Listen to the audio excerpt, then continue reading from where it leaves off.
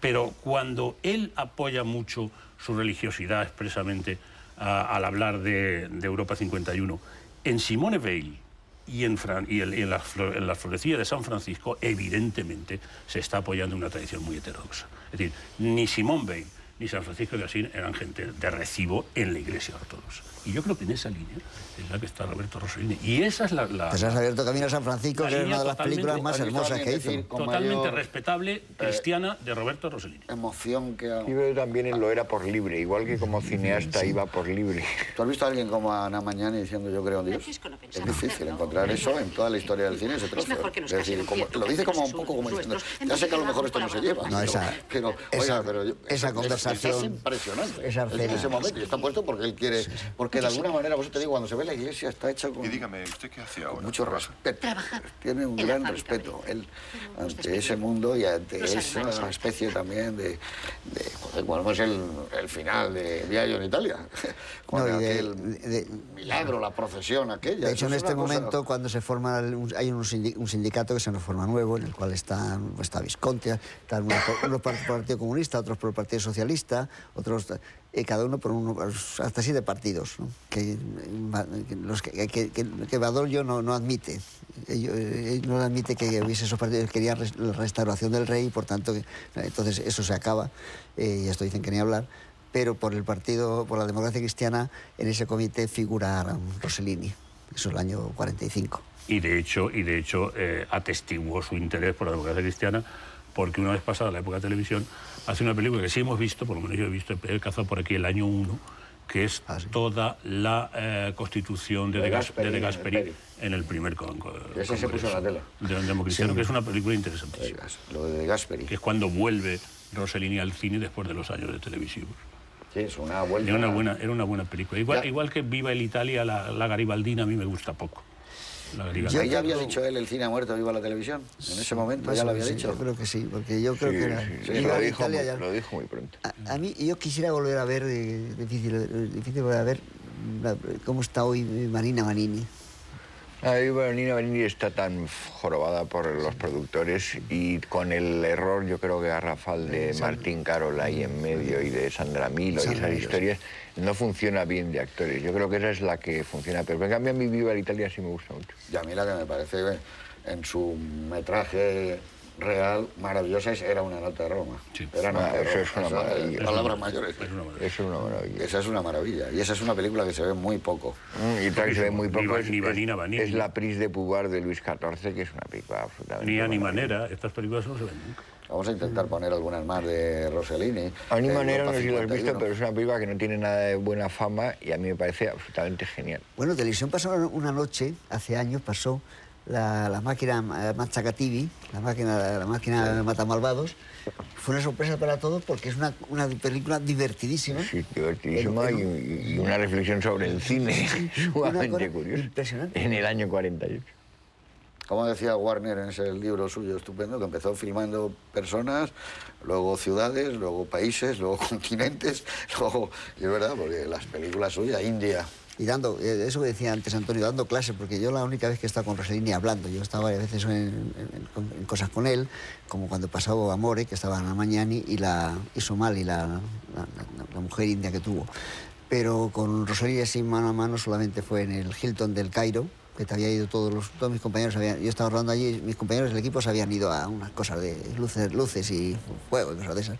Y yo me quedé en el hotel y estaba Rossellini y había a dar unas clases en un instituto de cine que había en el Cairo y lo encontré, claro, estaba muy deprimido en cuanto que no podía seguir, no tenía medios para hacer lo que quería hacer, que eran muchas cosas. Te acuerdas de aquella cosa de Josué de Castro, la geografía del hambre, una serie de proyectos importantísimos para él, pero claro, fue difundiendo sus ideas por muchos sitios. En Estados Unidos tuvo una universidad en la cual también todo eso ha ido, fue una semilla maravillosa. Aquí en este libro habla de una entrevista tuya, ¿no? También, aquí tenéis...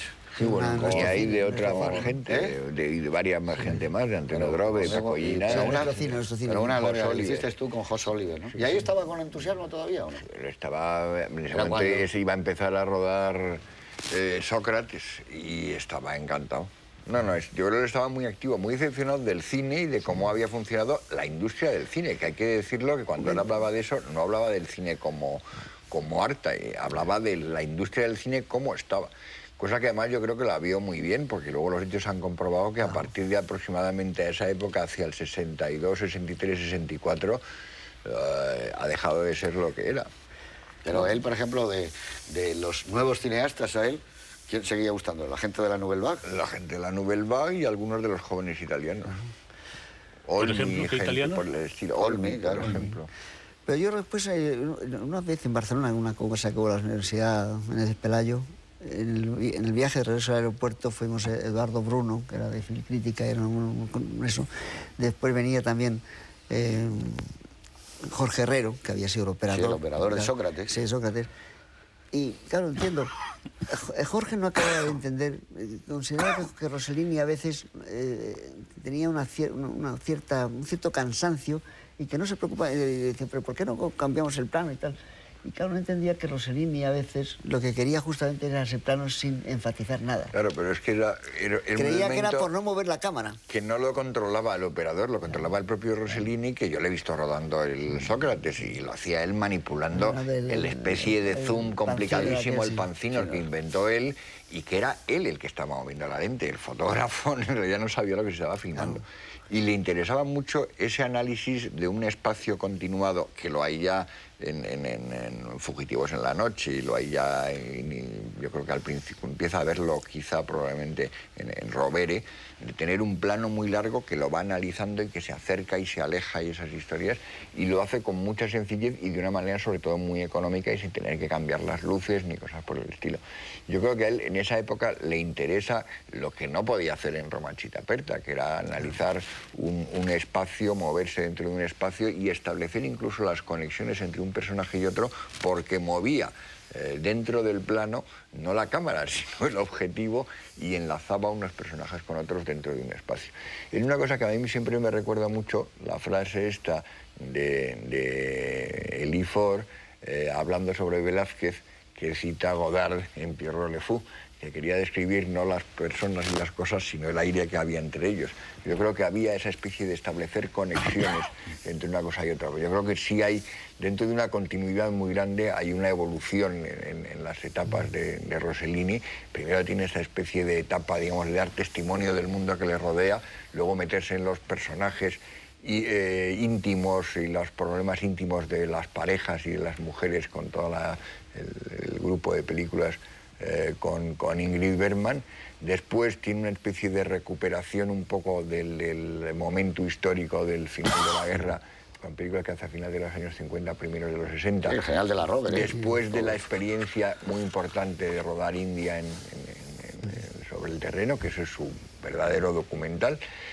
Y luego, finalmente, todo este proyecto didáctico, que aquí lo que pasa es que, como todo el mundo desconfía, tanto se habla de la idea de una televisión cultural, etcétera, y que no sea basura, pues justamente el proyecto que yo creo que ha habido más ambicioso, de utilizar los poderes de llegar a la gente de la televisión, no para enseñar burradas, sino para un poco recordar la historia y analizar la historia, ha sido el proyecto este de Rossellini, que no lo llevó a término, que es una especie de esbozo del proyecto. Lo que hay es casi el índice y algunos de los capítulos de personajes fundamentales, también incompletos, pero que la verdad es que no vendría nada mal estar volviéndose a ver Pascal y volviéndose a ver Descartes y volviéndose a ver Sócrates, en lugar de otras cosas que se No, más que hay que recuperar, incluso, no sé, tú también a Adriano Prat, que ya creo que ha cesado de la Filmoteca de Roma, porque ya no...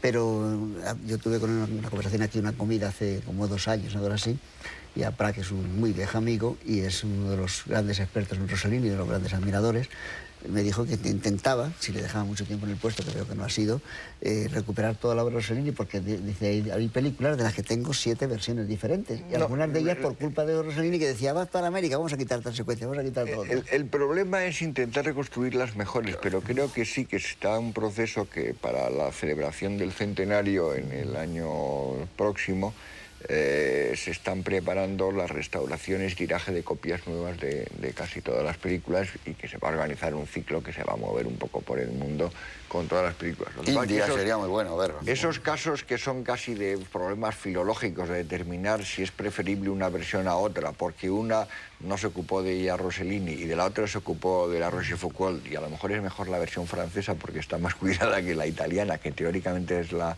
original, pues son problemas muy complicados. No, pero India que decías tú, por ejemplo, yo creo que alguna vez lo he dicho yo aquí, yo la recuerdo haber visto en pleno centro de Roma, en un cine raro, pequeño y destartalado, que entré porque ponían esa película además en un solo día, y la